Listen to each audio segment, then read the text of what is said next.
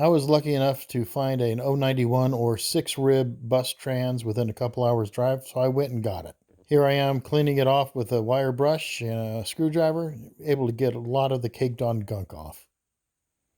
But then I got some degreaser, and after letting it soak at full strength, I loaded a bunch into my foam cannon and went to town.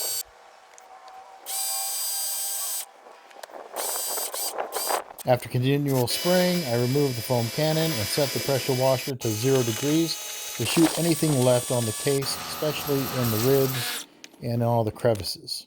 The finished results were great. Now I can handle this thing without getting dirty every time.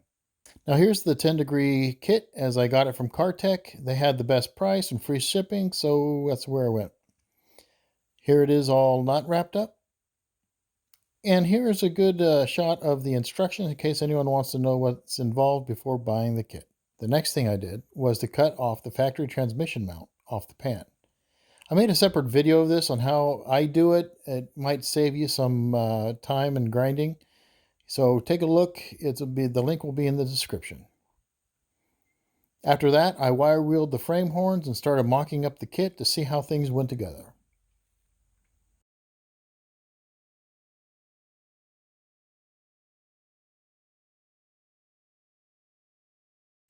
Here's a close-up of the mounts on the frame cradle. As you can see, it's made to slope down the trans towards the front of the car. This is to fit the shifter housing through the stock bug shifter hole in the pan. Here's the supplied tabs for the frame horns. They're obviously going to need some modification. We'll have more on that later. Now it's time to actually put the trans cradle on. Mine was tight, so I used a rubber mallet to tap it on. Then I reused the stock mounts to bolt the cradle to the trans. Now you could use longer bolts if you'd like, or maybe even studs. Um, I'll probably swap these out when I install the new trans. I'm getting the trans built for this bug, but either way, these will do for now. With the trans cradle in place, you can see where the bell housing flange needs to be drilled out. So I drilled them out. I'm using oil there to keep the bit cool and the holes clean. Here's the forward trans mount. I actually needed to trim the stud in the case down as it was too long and was interfering with the bushing.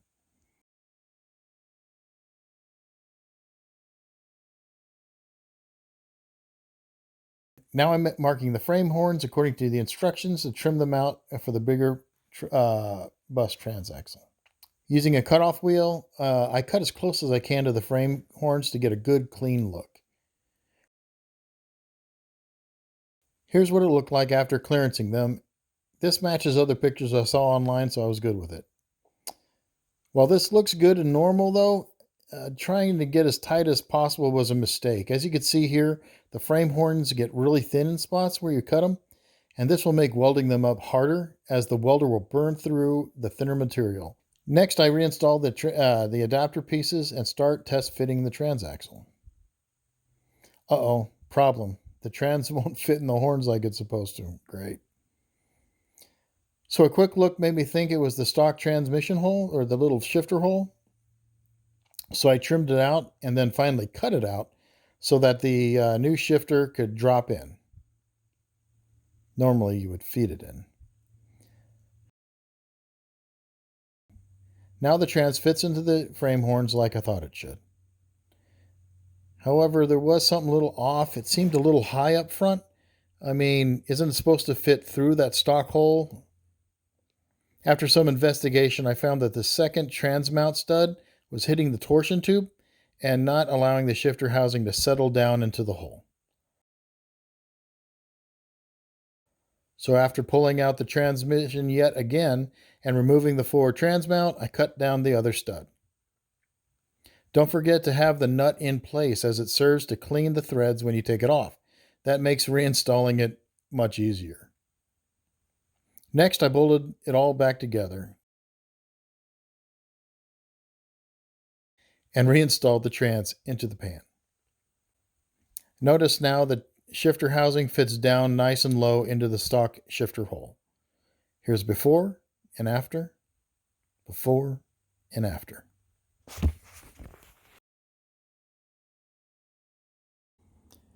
Now I turned my attention to the forward transmission mount. I went ahead and took out the bolt so that I could hold the bushing part up to see exactly where it needed to touch or at least attach to the torsion tube. I also used this time to mark how much of the pan needed to be cleared away. This is so that I could weld the bushing mount directly to the torsion tube, which I consider much stronger than this flimsy sheet metal. Having the pan detached from the body was a lifesaver for me. As you can see, a small section of the pan has already been cut away. From this point on, I realized I probably should be videoing a lot of this process, so from here you're going to see a lot of video that I took while I did this.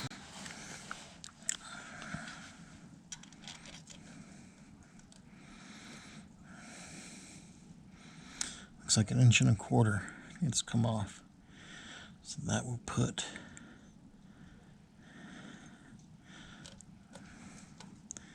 the bottom of the, like I'm measuring it from the one at the bottom of the hole in the mount on the transmission to the bottom of the hole on the bushing.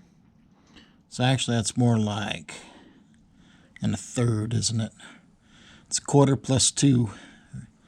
So anyway, that's what I'm going to do. Now, that right now the transmission is sitting right on the torsion bar.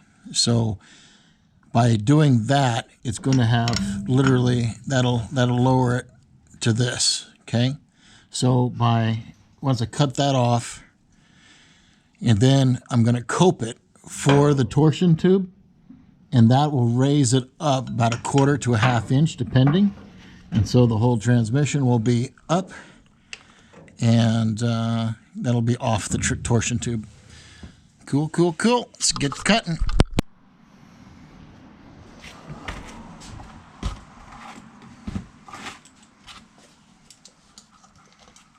That's a lot. I'm going to go 1.25 inches, just to make sure I didn't screw up. And I guess I could always recreate this bushing.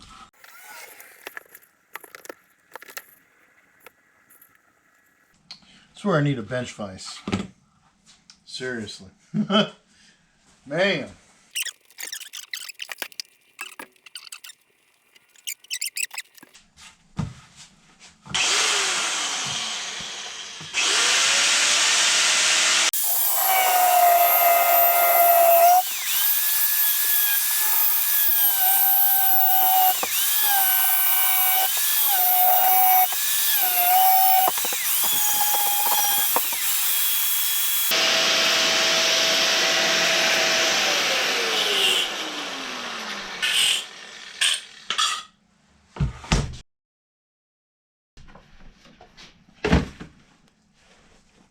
All right, let's do this. It's Mila. Silly girl. Silly girl. What are you doing? All right. So if I cut this right, it will be perfecto. There it is. Right there. Sweet, sweet, sweet. All right. Okay, I'm not looking at it, so it's probably not exactly, but that's all the way against the cross member or the torsion tube, and it looks about right. So what I'll do is once I cope it, it's going to raise it up, and that'll raise also the nose cone about 1/4 to 1/2 inch. So that's what we're looking for. That's what we're missing, guys. We're missing tunes.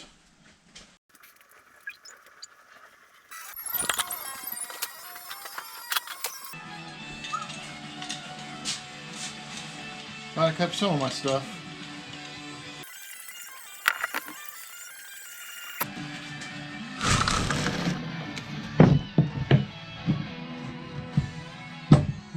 Oh,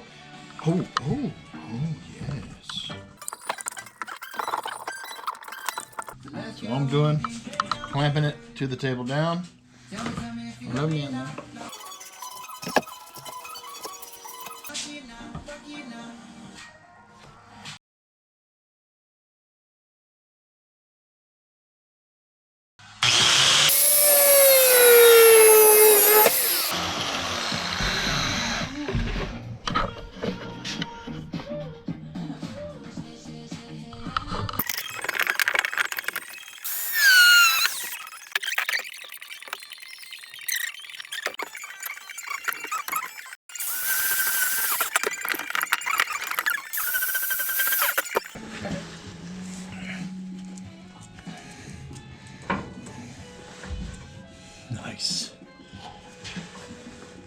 See how that raised that up?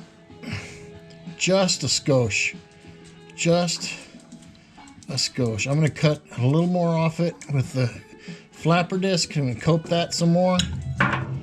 And that way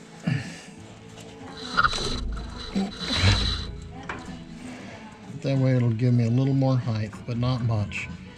And I'm able to get to that with the welder on all sides. Nice, nice, nice, nice.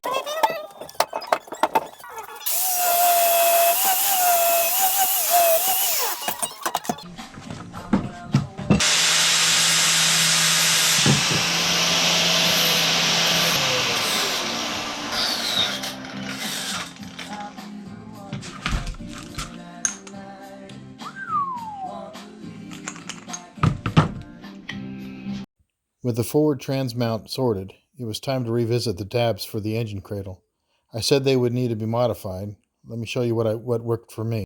A lot of this is in time lapse to speed things up. Job 1 is to trim the tabs so they fit onto the actual frame horns. To get them to fit on the frame horns, you only need to trim 1/4 to 1/3 inch off. Then I switched over to the flapper wheel and cleaned them up.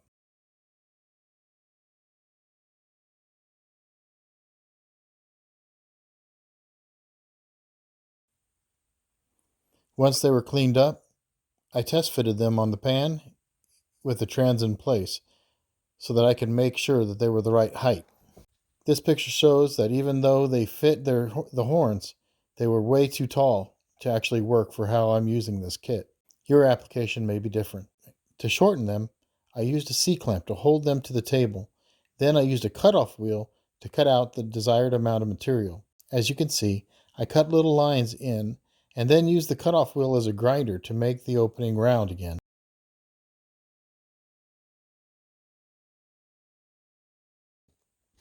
I then used the first tab to mark the cutouts on the second tab.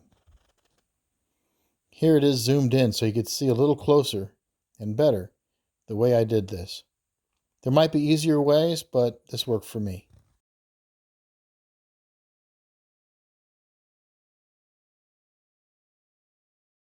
The moment of truth. Do they fit? Yes, they do. Now I bolted everything down to get the final position in preparation for tack welding. With everything bolted into position and double checked, I moved back to the forward mount, making sure it still fits just right. With all the tabs in place, and considering I hadn't welded anything for years, I took the time to get to know my new Hobart. This is me, test welding some metal that I will use later in the Baja build. I'm just dialing in my settings now. Next, I made a clean ground for the clamp and I got to work.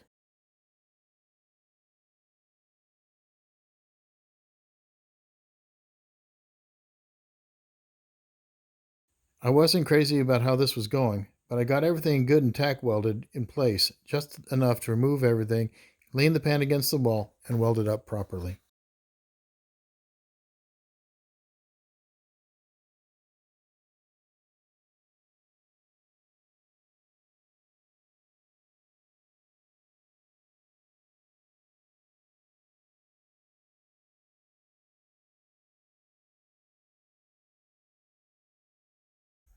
At this juncture, I ran into a problem. With the bushing welded into place, I couldn't get the bolt out. The frame horns were too tight, and there was nothing I could do. I did finally get it removed. As you can see, I'm getting under there with a cutting wheel. Yep, there's the sparks. Here's the bolt. You may not like this way of doing it, but it worked. I left the head on the bolt, and there's no chance of it breaking off. But I did cut an angle into the bolt so I can clear the frame horns while installing or removing it. With that out of the way, the transaxle was removed, and I got ready to start fully welding everything.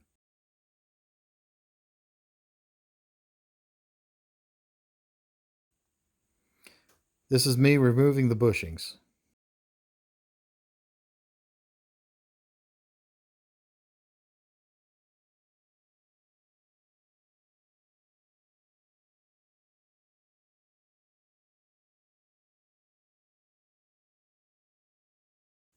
It's time to weld. You'll see me adjust the welder as I go.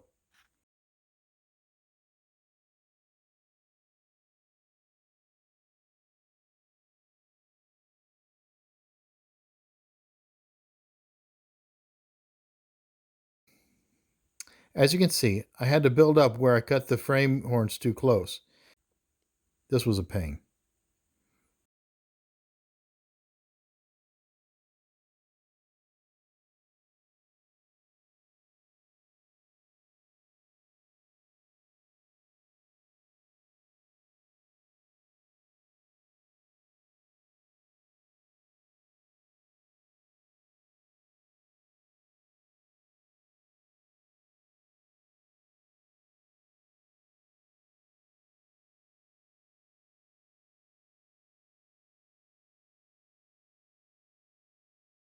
You can also see that I decided to cut out the middle part of the clearance on the frame horns, but this time I left more material, made it a lot easier to weld.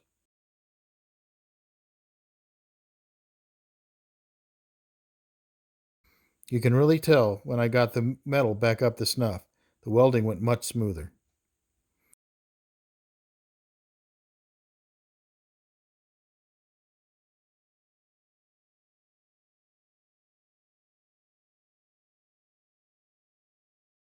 Here's the finished product.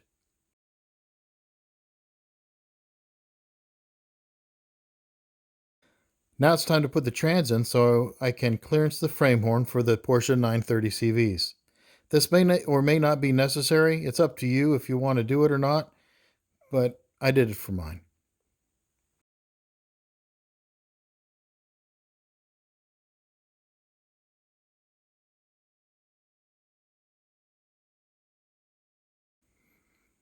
I just made a nice square cut for some flat stock I bought.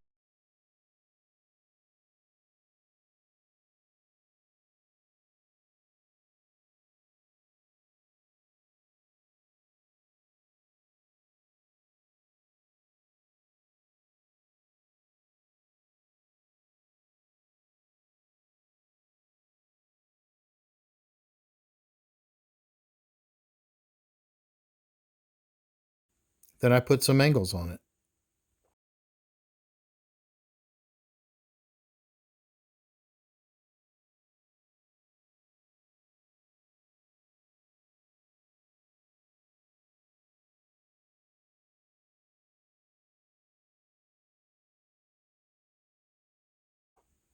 Then I welded it in the flat stock.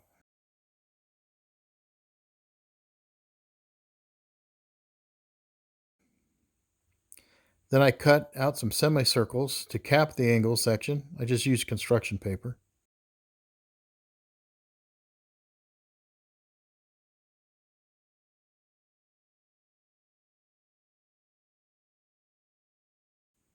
Now I don't have a plasma cutter anymore, so I had to cut everything with the angle grinder and cutoff wheel. That sucked.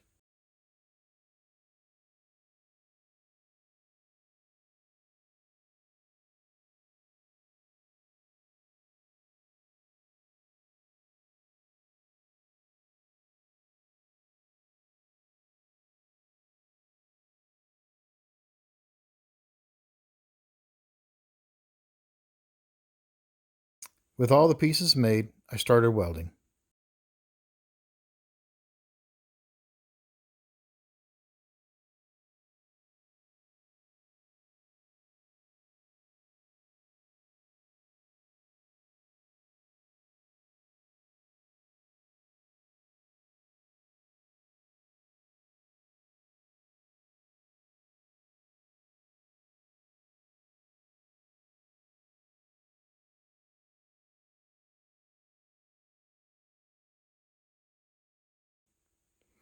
I don't know where my dog Mila ran off to, but you can see her coming back. Dang it, girl. You know you're not supposed to do that.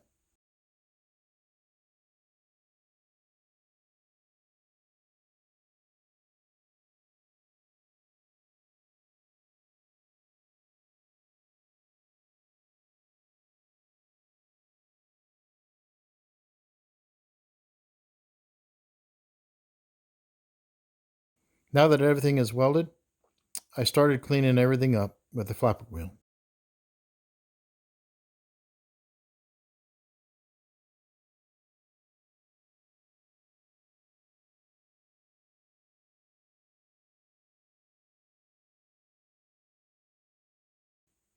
All cleaned up.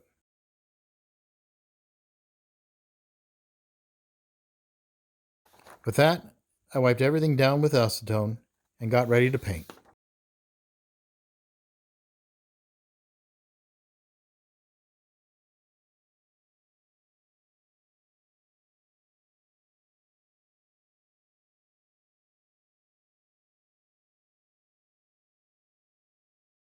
I used acid etching primer here to seal up the metal. Then I followed up with some undercoating, and on top of that, I put on paint. Now that all the fabric is done and the chassis is painted, it's time to prep the rest of the kit for final installation. That means paint. Having removed all the pieces from the transaxle, I went ahead and cleaned them up and started painting. Now I'm using rattle cans for this so that if I need to touch it up later, it's easy to do.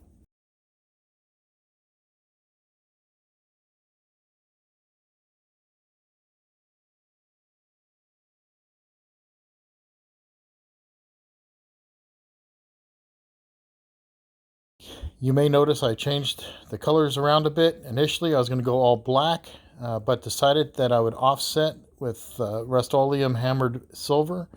And this is to help match the engine compartment area with the rest of the bug.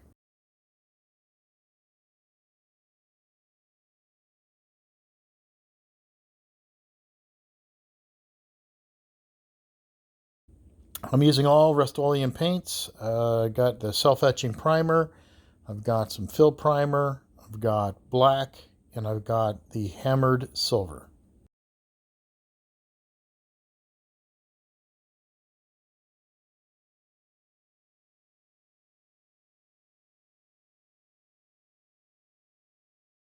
I found hanging parts with welding wire is a good way to get all sides of this at the same time. You could just basically spin them around with your hand up top and spray.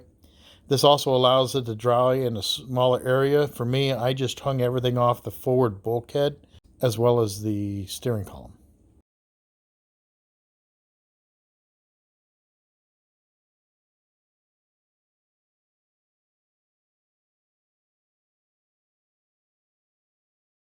Since the pan was looking spiffy and all the brackets were painted, I figured I'd just go ahead and put a quick squirt of paint onto the trans as well. This just makes it look nice. And actually, it looks really good. Once the pieces of the adapters were dry, I went ahead and reinstalled them onto the transaxle.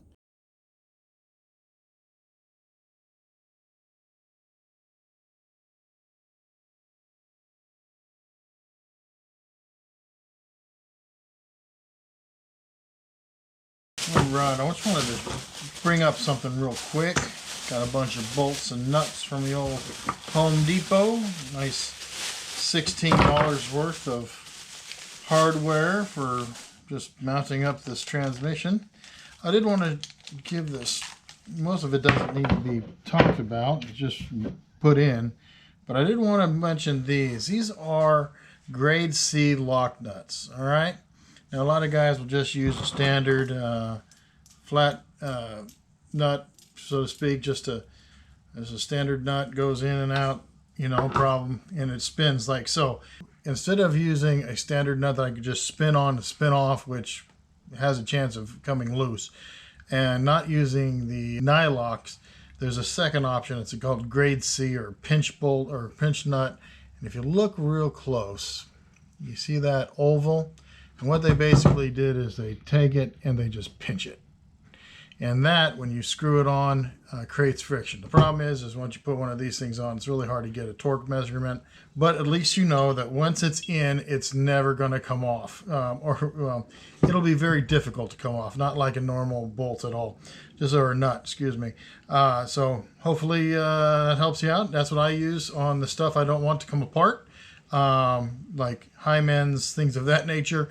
And if you're ever putting a bolt through with some of your suspension stuff, I usually go with the grade C lock nuts, because that will make sure they don't come loose just out of happenstance. Otherwise, you could double nut it. You could do nylocks if you'd like, but grade C lock nuts is what I use because they're steel. They don't want to wear out.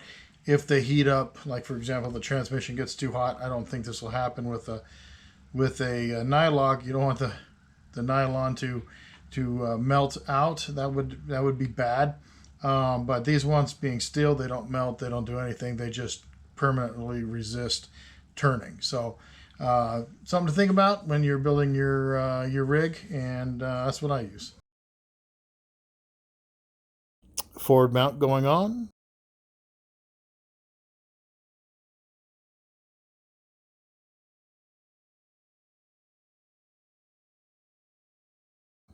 Forward mount on.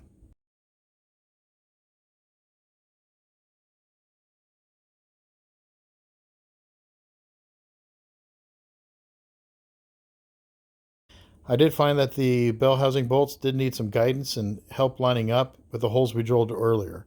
For this, I use a screwdriver.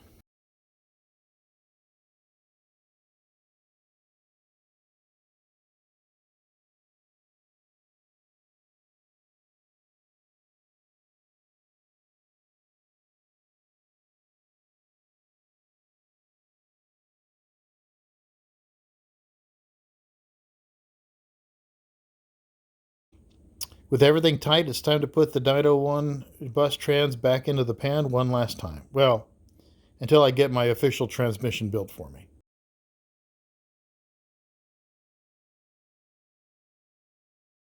I almost forgot the bushings of the forward trans mount. I will say that these bushings didn't want to come out, and they didn't want to go back in either.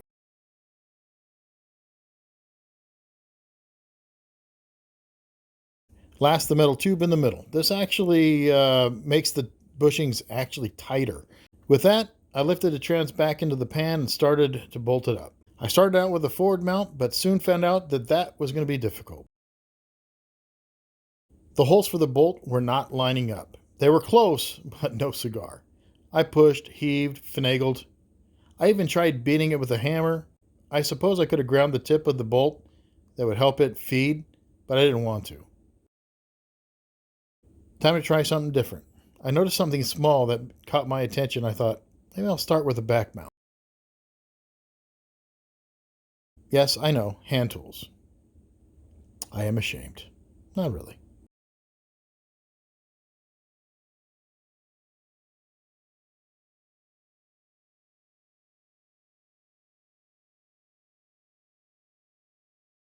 With the rearward mounts tightened up, I tried the front mount again. It worked.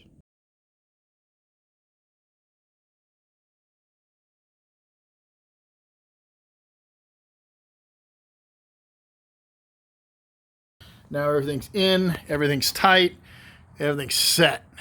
Oh, here's a quick look at the clearancing on the CV flange, output flange. You see that's right perfect.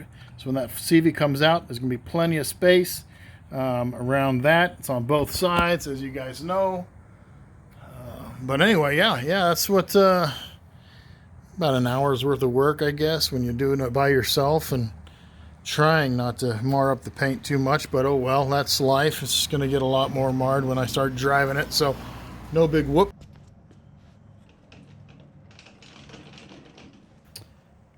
Now, I will say this is my first air-cooled VW, and it was quite a learning experience. I sure hope that this video you found some value in it, as well as some tips and some tricks that I use that you could incorporate in your own.